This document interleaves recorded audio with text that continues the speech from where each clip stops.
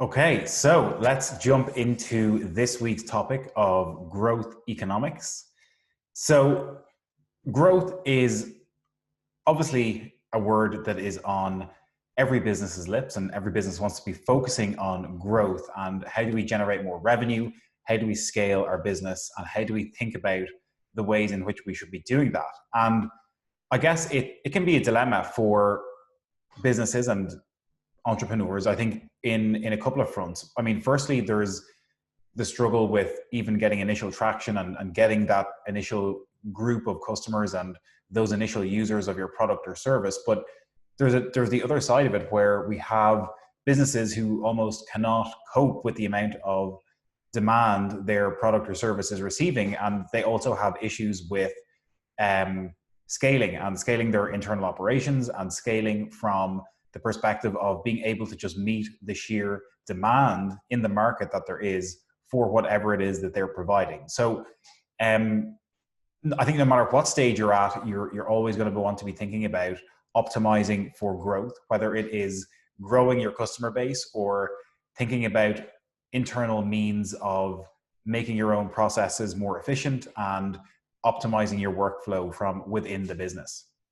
So we're just going to run through 5 very high-level growth principles for growth economics. And again, these are 5 principles just to really think about in terms of how you should be scaling and growing your business with regards to the couple of ways that we've spoken about already. And I think it's worth remembering that these are very much fundamentals, and without having the core fundamentals and the foundation upon which to grow, I think you really don't have a strong root system to base your business on. So I think looking at these 5 principles, we're going to dive into each of them individually, but I think, again, they really are about the foundations and setting a solid foundation for you to grow and scale your business. So first up, we're going to look at talking to customers. Obviously very, very straightforward, but also extremely important. Workflow optimization. Again, this is about optimizing your internal processes and systems so that you can handle the growth once it comes. Lead generation, obviously thinking about ways that you want to go about that and also optimizing ways for lead generation. Product market fit, again, how are you thinking about reaching a point where you've got a product service offering that is perfectly in line with what people are looking for and creating that demand on the business side. And then obviously the emotional connection is extremely important with regards to how you position your product and service for growth by appealing to the emotional decision-making aspect of your potential customer. So number 1, talking to customers. Again, like we said, this is extremely simple when you say it out loud, but it's been a core tenet of the most successful businesses from the get-go. And I think Jeff Bezos and Amazon is a prime example here of looking at how talking to customers and how customer obsession is just such a fundamental component of your business. And I mean, the quote says it all. He says, we're not competitor obsessed, we're customer obsessed.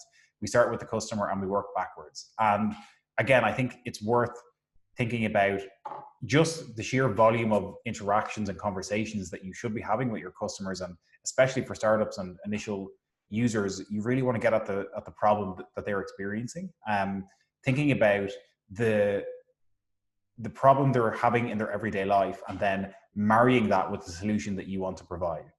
So naturally, as a business owner, it's your job to be informed about your customers and your business, and creating those direct feedback loops with your initial users is what is going to allow you to stay in that range of like high touch point. And for us at Startup Sanctuary, that's one of the reasons why we've built out community from such an early stage, and just having that group of users and group of people to continuously interact with and continuously get feedback from is such an important factor for any business. And it's interesting to see so many online businesses now building out communities to narrow that gap between them and their customers. And I think it's only going to continue, but it's also such a valuable way of extracting data from those people who resonate most with your product or service offering. Not only that, but as we see, word of mouth marketing and over-indexing on value creation is really what's going to help that marketing spread in a viral way. And I think word of mouth marketing, we've talked about this before, but the fact that getting the word of you and your business in the mouths of people, and that's spreading in a viral manner. We talked about how in an online environment, the touch points that it takes for word of mouth to spread is much lower in an online environment. But I think the 6 degrees of separation has been reduced to about 3.57 degrees of separation in an online environment, thanks to social media, thanks to the network effect of the internet. So creating that word of mouth marketing in an online context, setting up ways for people to do that is extremely valuable. And I think the way that you do that is by ensuring you have that high touch point with your initial users and creating value for them and really understanding the problem that they're having in their everyday life. So on a high level, talking to customers, it can be an interesting debacle for early stage entrepreneurs. And we've put together a customer interview cheat sheet that we will put in the notes of this particular video and this post. But that cheat sheet is based off of a book written by a guy called Rob Fitzpatrick called The Mom Test. And it really just outlines the questions that you should be asking your initial customers to really get at the problems they're experiencing in their everyday lives, and just how you should not be focusing on questions that are related to your product and your idea, but you should really be meandering the conversation around really understanding what the life of your ideal customer looks like and allow them to explain the problems they're experiencing related to your niche, and really getting at the crux of the matter that they're having an issue with, and then you not overburdening them with your solution or your idea, because it's up to them to try and explain to you what it is that they're experiencing, and for you to reverse engineer that and marry it with your idea and solution. So that cheat sheet is attached. It outlines the questions that you should be asking, as well as the questions that you should not be asking and avoid. And it's a really good reference point to have for when you're doing conversations with those initial people who are using your product and service, and you can check that out below. So workflow optimization is next. And workflow optimization is really about building a well-oiled machine. We know that, as I mentioned earlier, the scalability issue with a lot of businesses comes from inefficiencies in workflow from not just an individual standpoint, but even a collective standpoint. And I personally think that technology is such an enabling factor in allowing teams, businesses and people to optimize processes that free up bandwidth for them to focus on more important tasks. And I think for any business who reaches a point of even just having a small team can really begin putting in place efficiencies of scale that are related to processes and systems that they use on a daily and weekly basis that can be improved and enhanced by technology. And what that means is it means just looking at your processes and looking at your systems and looking at the tasks that you do on a daily and weekly basis, breaking those down into processes, and then saying, okay, is there a technology, is there tools, is there resources that we can use to help improve the efficiency of the way we're doing this? And nine times out of 10, there is. And even from some of the stuff that we've set up internally with Startup Sanctuary, but from working in technology the past 5 years, there's so many tools and resources that you can leverage just to free, like that can be automating or semi-automating tasks that really free up space for you and your employees or you and your team to be focusing on high growth initiatives. And it means you don't have to be working on mundane data entry and other repetitive tasks that can really be systematized and optimized. And again, what this leads to is mitigating against roadblocks and bottlenecks. Because if you have a single point of failure with you as the business owner or any individual employee, it means that there's going to be roadblocks and bottlenecks. And I think a lot of the time we can leverage technology to help free that up and ensure that we're getting more growth going on in a way that is optimizing the everyday situations that we're handling, whether that's content going out, whether that is task management for weekly tasks and everything you're doing throughout a given sprint or a given month. And that's really going to allow you to harness efficiencies of scale as you grow and as you increase your output, as well as hopefully revenues and everything as you continue to grow. So having an environment that can facilitate growth is just as important as being able to generate new leads and business in the first place. Because if you don't have an environment that can actually handle new business, new leads coming in, if you're selling products, if you have inventory, if you're selling services, if you don't have the bandwidth and the systems and processes optimized internally to be able to handle that growth, you're naturally going to lead to issues in the form of roadblocks and bottlenecks.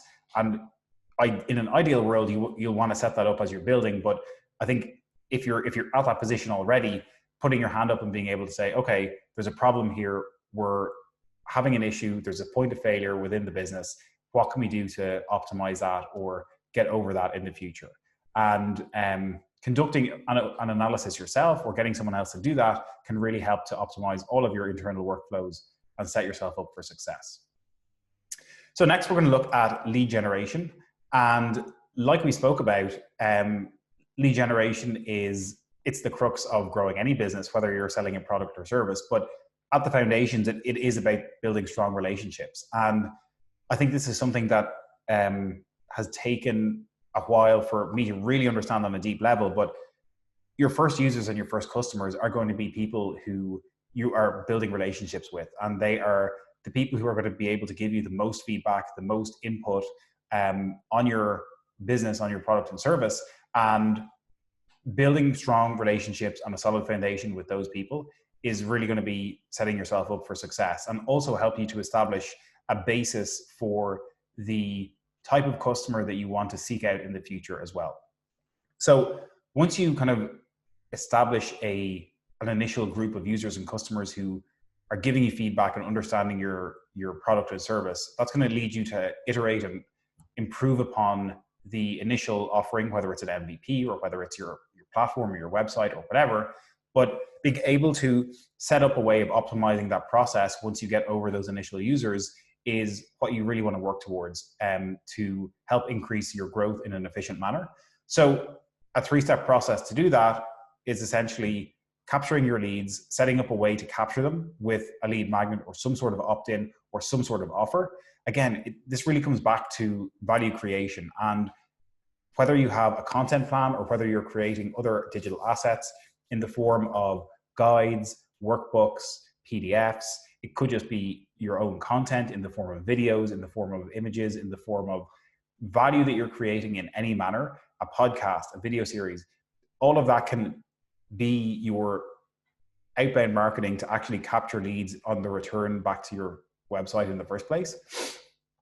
And what that is going to lead to is hopefully being able to capture that on your website side with an opt-in and a call to action with what you actually want them to do. So nurturing and empathizing them is going to be the second step in that process, and creating a way for you to stay top of mind in the eye of the consumer. And if they've opted in to receive some of your content or expressed an interest in it already, it probably means that they've got a desire to learn more. And creating a way to stay top of mind with something like an email nurture sequence is going to be a way for you to constantly stay in touch with them, be in their inbox on a daily or weekly basis. And what you're going to want to do then is take them on a journey of showing them the potential with the transformation that can be had by you, by them purchasing or by them being involved with you or your business. And I think it's up for you to craft that kind of narrative and craft that story. And it's going to be different for everyone. But what you want to do is sell the transformation that is essentially going to happen to them on the far side. And communicating that value proposition via that email nurture sequence is a great way to do that. But again, it's probably going to tie into a huge amount of the content that you're putting out anyway, and setting up that means of really communicating your value proposition for the end user. So I think thinking about ways to optimize your lead generation is great, but you really shouldn't go about that until you've established those strong relationships with a core foundation of people who are resonating with your product or service. And that's going to naturally set you up to know, okay, this is what's resonating. This is how I can position my value proposition. And this is how I can set up a story and a journey to map and empathize with people who are fitting my ideal customer persona. So next we've got product market fit. And there's a quote from Paul Graham that says, the most common mistake startups have is to solve problems that no one has. And again, this is why we emphasize speaking with customers as the number one point here in growing your business. Because if you don't have that touch point and you're not understanding the problem that they're experiencing, it's going to be very hard to actually build a product or service that is catering to a need in the market, because you're not going to be building something around a problem that people are having. So building something that customers want is the simple way of saying product market fit. But I personally think product market fit is like an ideal to continuously work towards. And if you look at what some other people think about the term product market fit in the startup landscape, they'll refer to it as kind of an inflection point where you have so much demand for your product that you cannot keep up with the supply, and you can't keep up with the ability to onboard new users, or you can't keep up with the ability to ship your product. So it's kind of like this inflection point. But even businesses that are well established, that have hundreds, if not thousands, if not hundreds of thousands of customers, would sometimes argue that they haven't even met product market fit just yet. And in that regard, I think it's something that you should consider as an ideal to continuously work towards. And again, it harkens back to the idea that you're never really ever finished with building your business or your product, and you should be continuously putting energy towards figuring out exactly what your customers want. So ultimately, it is a two-way street, because you're continuously seeking to understand the problem your user is experiencing from their perspective, and then marrying that with the idea that you want to bring into the world with your product or service, or tweaking your product or service to more appeal to the problem that the end user is actually experiencing. And I think having that in mind always as you continue to build is something that is, it's crucial for you to continue to move the needle on firstly iterating and improving on your product or service, but also from an evolution perspective, the marketplace is always evolving, and you want to stay in line with new trends, new things that customers are experiencing, and new ways of purchasing. So by continuously having that conversation with your users, you're going to be able to continuously move towards a better product market fit as you grow. So nurturing the iterative feedback loop of customer insights to build new and improved versions of your product and service offering, I think is really what product market fit is all about. And number 5, the emotional connection. So this one is extremely powerful, and the quote that we have here is one that I came across recently, and it just resonated a lot, because as consumers, we make purchases based on emotions and then justify them through rationale after the fact. And so many of our purchasing decisions are based on emotion in some capacity or another. And if you just think about why you would purchase one brand over another, or why would you purchase a particular product from X company over Y company, and it generally comes down to the emotional appeal of that brand and how it makes you feel. And the reason for that is hard to quantify sometimes. And it's often because it is an emotional connection or an emotional affinity that you feel to a certain brand or a certain product or a certain service. And there's always going to be competitors in a particular market. There's always going to be a product or service that you can compare that to. But sometimes it's even worth evaluating for yourself, like, why do I purchase this particular brand, or why do I purchase that brand? And how can you incorporate the means by which you think about that into your own product or service offering? And incorporating emotional design into your product and service has the ability to make a lasting impression in the mind of the consumer. And again, this comes down to thinking about your own product service and how to craft that and how to keep that in mind as you're building your own. It doesn't matter whether it's in your brand, or it doesn't matter whether it's in your actual website itself and the message that conveys. The example we have here is from a furniture company called Modern, but you can see the kind of the way in which they've kind of crafted an emotional kind of connection by using the word cozy. I would argue the color tones in this as well are that they're quite soft and warm, but using the word cozy here to refer to their furniture, it's already resonating a feeling with me that, okay, this this furniture is comfortable, it's nice to sit on, it's cozy, and then the color tones are in line with that. So they're conveying a feeling here through the website design and the products that they're actually crafting. And that's all playing into the emotional connection that they're trying to create in the mind of the consumer. So again, it's worth thinking about the journey you want to bring people on and the emotional connection that you want to make for them when they're actually coming in touch with your brand, with your product, and with your service. Finally, we've got a bonus one, which is retention. And it's all well and good thinking about growth from the perspective of, oh, I want more customers, I want more revenue, I want more. And it's sometimes very easy to forget about the customers that you already have and the people who've already come in touch with your product and service and the people who've already bought and parted ways with money to purchase something you've provided. So retention as the ultimate growth strategy is a great reminder that you should never forget about those people who have helped build your business by being your initial customers and by being your initial users. So you can't just ask the question always of how to acquire more users. You should also be thinking about how do we retain the ones we already have. And again, there's a couple of figures here about customer acquisition costs having increased 50% in the past 5 years.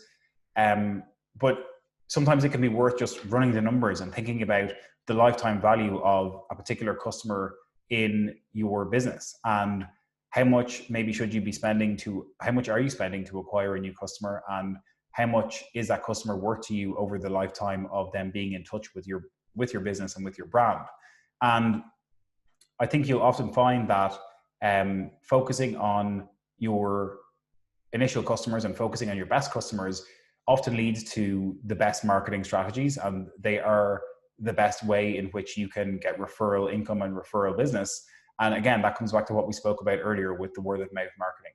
So it's worth remembering all of this, and it's worth remembering retention as the ultimate growth strategy in a sense, because if your current customers are not happy, if they're not satisfied with what you've provided them, they're going to be a goldmine of information and data around you improving your product and service, and then also them being repeat customers in the long run, adding to the lifetime value of every subsequent customer that comes into contact with you. So that's the 5 growth strategies and principles that we wanted to look at, with retention as a bonus.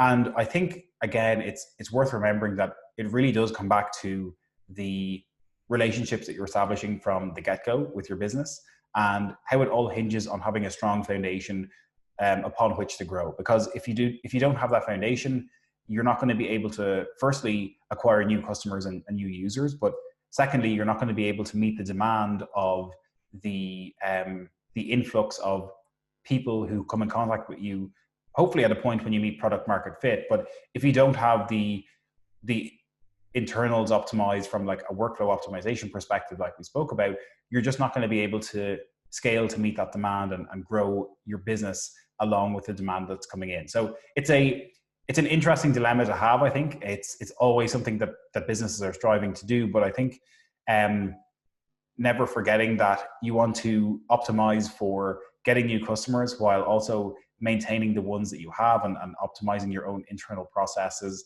technology, and workflows to handle all that. It's a constant juggling act, but it's a great reminder, I think, to be thinking about all of it. And hopefully this is valuable for you, understanding all of those components on a more macro level. And again, it was very much more of a foundational run through, but I think there's definitely a lot of value in laying those foundations and setting yourself up for success in the long run. So that is everything on growth economics for this week, and hopefully you enjoyed.